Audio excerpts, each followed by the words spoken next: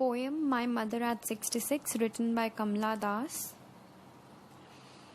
So सबसे पहले the central idea of the poem is the helplessness of the mother. जो यहाँ पे पोएट हैं उनकी मदर की बात हो रही है बेसिकली. थीम्स हम इसलिए पढ़ेंगे हर चैप्टर एंड हर पोएम के क्योंकि जो हमारे essay writing and article writing जो हमारे राइटिंग स्किल्स के टॉपिक्स आते हैं वो कहीं ना कहीं इन्हीं थीम्स पर बेस्ड होते हैं. दैट्स वाई थीम्स को एक इम्पॉर्टेंट फोकस देना अपना जो थीम्स के पॉइंट्स हैं उससे रिलेटेड एसेज पढ़ो. Okay, so that will help you definitely in your examinations. So themes, let's move on to the themes now. First theme here is professional constraints. Professional constraints का क्या मतलब है? जैसे जैसे हम बड़े होते हैं हम कोई ना कोई काम करने लगते हैं, उसकी वजह से हमें मे बी कहीं और शिफ्ट भी होना पड़ता है अपने पेरेंट्स से दूर. So that is a helpless situation for the parents क्योंकि वो हमें रोक भी नहीं पाते. ठीक है, so that is professional constraints. हमारा जो वर्क है, जो हमें करना है, हमारी ड्यूटीज़ हैं. Second theme is growing age and deteriorating health. It's quite simple and understandable. Growing age किनकी? हमारे पेरेंट्स की, कमला दास की मदर की. And deteriorating health due to the growing age. Third theme is permanent separation from parents. Quite simple again. Okay, so now let's move on to the next slide and here we'll be talking about the literary devices. सबसे पहला literary device है हमारा simile. Simile बहुत simple है पहचानना. इसमें like या फिर एज वर्ड अगर आ जाए तो वो हमारी सिमिली होती है. Ashen like that of a corpse. Ashen is pale and colourless. Corpse is a dead body. So यहाँ पे मदर को हम एक डेड बॉडी से कंपेयर कर रहे हैं क्योंकि वो भी एक पेल ओल्ड लेडी है. अब secondly pale as a late winter's moon. Late winter's moon क्या होता है? हमेशा अपने डिक्लाइनिंग स्टेट में होता है. ओके, सिमिलरली यहाँ पर भी जो मदर है वो अपनी declining state of the health में है. सो उन्हें कंपेयर किया गया है एक लेट विंटर्स मून से भी. सेकेंड है हमारा पर्सोनिफिकेशन. पर्सोनिफिकेशन कहाँ पे यूज होता है? जहाँ पे हम एक नॉन लिविंग ऑब्जेक्ट को एक लिविंग ऑब्जेक्ट, एक लिविंग थिंग की क्वालिटीज देते हैं. यहाँ पर जैसे यंग ट्री स्प्रिंटिंग. हमें पता है कि ट्रीज नहीं मूव होते. स्प्रिंटिंग का मतलब क्या है? Sprinting means moving. सो हमें पता है कि ट्रीज नहीं मूव होते बट हम स्टिल ट्रीज के साथ में स्प्रिंटिंग यूज कर रहे हैं. सो हम एक नॉन लिविंग थिंग को एक लिविंग थिंग की क्वालिटी दे रहे हैं. ओके, जो चीज स्टेशनरी रहती है हम उसे एक मूवेबल क्वालिटी दे रहे हैं. थर्ड लिटरेरी डिवाइस है हमारा ट्रांसफर्ड एपिथेट. एपिथेट का मतलब होता है पोएटिक एडजेक्टिव और अ वर्ब. ठीक है, सो ट्रांसफर्ड एपिथेट जनरली जहाँ यूज होता है वहां पर किसी चीज की क्वालिटी हम किसी और चीज के साथ लगा देते हैं. जैसे यहाँ पे ट्रीज प्रिंटिंग है. Trees are not moving, right? Car is moving but the word is used with trees. Move क्या हो रही है? कार. लेकिन वर्ड्स प्रिंटिंग किसके साथ हमने यूज करा है? ट्रीज के साथ में. And for your general information I would like to tell you 90% of the cases में जहाँ पे ट्रांसफर्ड एपिथेट यूज होता है वहाँ पे एक या एक से ज्यादा पोएटिक डिवाइसेस भी होते हैं. ठीक है, यहाँ पे पर्सोनिफिकेशन भी है क्योंकि हम एक non living non movable thing को एक मूवेबल थिंग की क्वालिटी दे रहे हैं. Fourth is metaphor.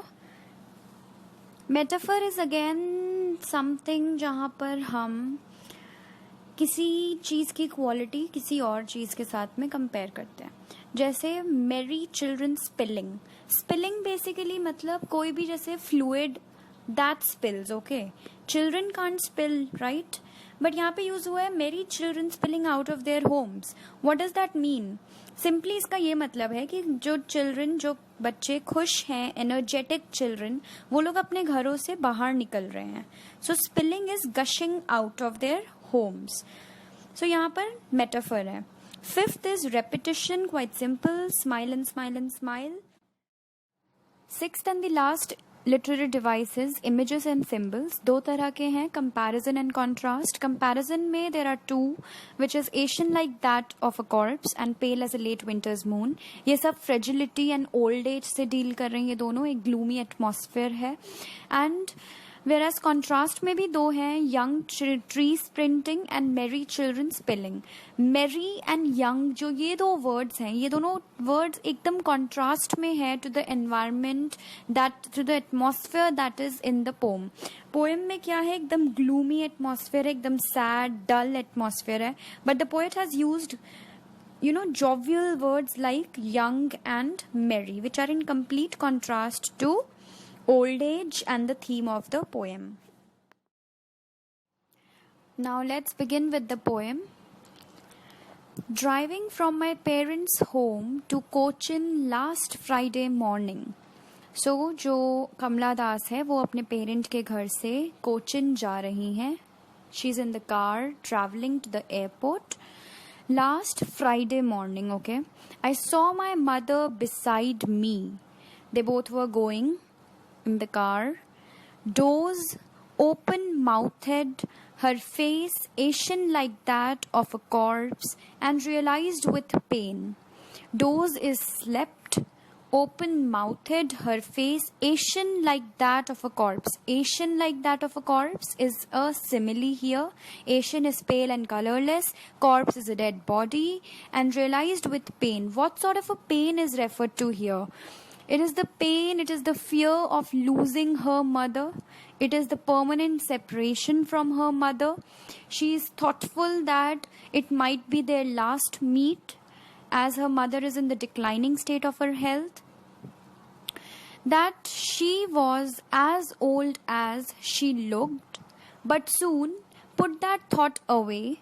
Which thought? That thought here refers to the thought of permanent separation from the parents, and looked out at the young trees sprinting. And उसने अपना ध्यान दूसरी तरफ करने के लिए विंडो से बाहर देखा. She saw the young trees sprinting. Tree sprinting is the transferred epithet here. Sprinting is moving or running. The merry children spilling. Merry is happy, and the energetic, the enthusiastic children spilling. Their children are gushing out of their homes. They are compared to fluids. So metaphor है यहाँ पे, direct comparison है. Out of their homes, but after the airport security check, standing a few yards away, I looked again at her, wan and pale. One is colorless, pale and hazy. Pale again means colorless and hazy, as a late winter's moon, and felt that old, familiar ache. So late winter's moon is a simile here. Hazy moon, the late winter's moon is hazy. Hazy होता है वो moon, और वो अपने declining state में होता है हमेशा. ठीक है. सो यहाँ पे मदर भी अपने ओल्ड एज में है, डिक्लाइनिंग स्टेट में है अपनी हेल्थ के. दैट ओल्ड फेमिलियर एक, कौन सा ओल्ड एक की बात हो रही है यहाँ पे? जब हम छोटे होते हैं and we go to a crowded place, वहाँ पे अगर हम अपने पेरेंट्स का हाथ अगर छूट जाए तो हमें डर रहता है हमेशा, राइट, कि हम उनके पास रहें, उनके साथ रहें, उनसे अलग ना हो जाए. So that type of an old familiar एक Kamala Das was able to feel now. Okay.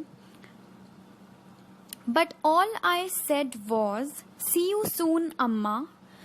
So, out of anxiety, Kamala Das could only blurt out the words, see you soon, Amma. So, see you soon, Amma become the parting words here. What is it? The parting words here. And all I did was smile and smile and smile. So, smile and smile and smile is repetition of smile word. And the significance of see you soon, Amma, the significance of parting words is what? It shows the helplessness of the mother and the child. Kamala Das wants to console her mother that she'll meet her soon again, but she also gives a faint hope to her mother that they'll see each other once again in their lifetime after years when they meet. But Kamala Das knows that her mother is growing old day by day and it might be their last meet ever. So ये थी हमारी एक बहुत ही simple poem and यहाँ पर अब हमें कुछ वोकेबलरी गिवन है. These are the words from the poem itself जो आपको वर्ड मीनिंग पता होने चाहिए. 5 to 6 सिंपल वर्ड्स है, you can go through them. अब हम कुछ फ्रिक्वेंटली आस्क्ड क्वेश्चंस देखेंगे जो एग्जाम्स में काफ़ी बार आते हैं. First is why are the young trees described as sprinting. So इसमें आप क्या लिखेंगे कि पोएट ने अपना ध्यान दूसरी तरफ करने के लिए कार की विंडो से बाहर देखा and what she saw was the trees moving past her. Okay, the trees rushing past her.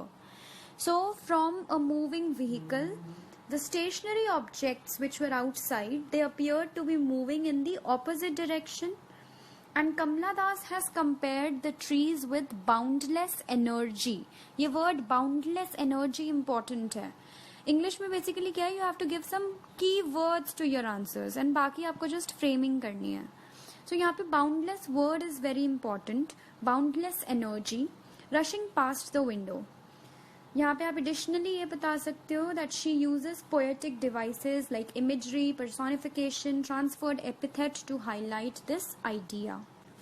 The second question is, why has the poet brought in the image of the merry children spilling out of their homes?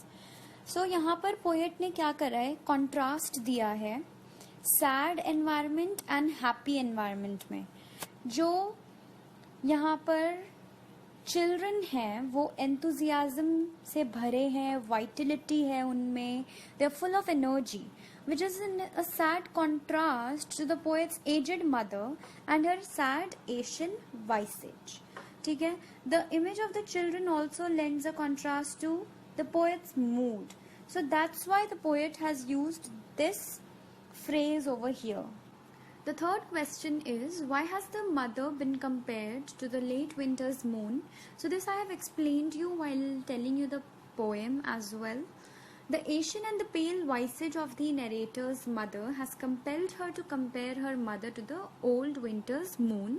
That's very easy to understand by now. And the moon which has lost its luminosity and is in the declining state. So now you can say similarly, the mother also appears to be in the declining state, and so the poet has compared her mother to the declining state of the moon as she is in the declining state of her health. Another important question is, what do the parting words signify? I explained you this thing when I was telling you the poem. So here simply आपको 3 points लिखने हैं. पहला ये कि वो helpless थी, Kamala Das is helpless. Second ये, she wants to console her mother that they will meet soon. Third point simply ये दैट वो उन्हें एक फेंट होप देती है दैट वो दोनों फिर से मिलेंगे and her mother won't die. So next question and the last question is that what was the old familiar ache that is referred to. This also I have told you earlier that it simply means her childhood fear. The fear of losing her mother after she had gone, and the pain of separation, the pain of permanent separation made her feel the same pain and agony which she used to feel earlier in her childhood.